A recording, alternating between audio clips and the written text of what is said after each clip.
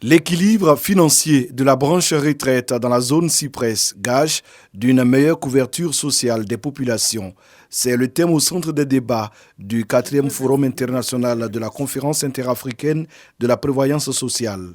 Valoriser, augmenter de manière significative l'intervention des caisses auprès non seulement des retraités, mais également des couches défavorisées qui ne sont pas encore couvertes. Et dans ce sens-ci, l'exemple de la Côte d'Ivoire est une source d'inspiration. Les associations de retraite ont été également associées aux travaux. Elles auront leur mot à dire. À chaque fois qu'il y a une augmentation des salaires de ceux qui sont en activité, il faut aussi penser aux retraités. Les réformes, effectivement, nous touchent. Et le retraité aujourd'hui se sent à l'aise, se sent vraiment heureux. Je pense qu'au départ, ce n'était pas ça du tout. La retraite avait un visage hideux.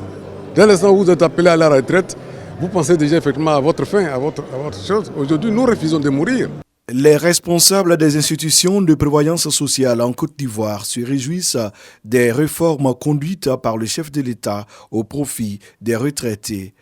En Côte d'Ivoire, nous remplissons les conditions de sécurité, de pérennité à court terme et à long terme. Donc les retraités n'ont pas à s'inquiéter. Nous faisons même régulièrement des revalorisations.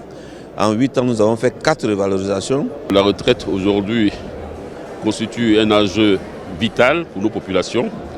Et c'est pour cela que le gouvernement ivoirien, sous la très haute vision éclairée et avant-gardiste de son Excellence Alassane Ouattara, président de la République de Côte d'Ivoire, a mis en place un deuxième pilier de retraite, qui est la retraite complémentaire par capitalisation, qui fait appel à l'effort individuel des travailleurs et qui eux-mêmes maintenant leur propre retraite.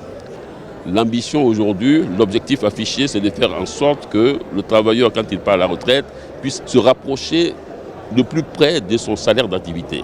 Plusieurs thématiques seront abordées au cours de ce forum qui se tient du 16 au 18 novembre prochain à Abidjan.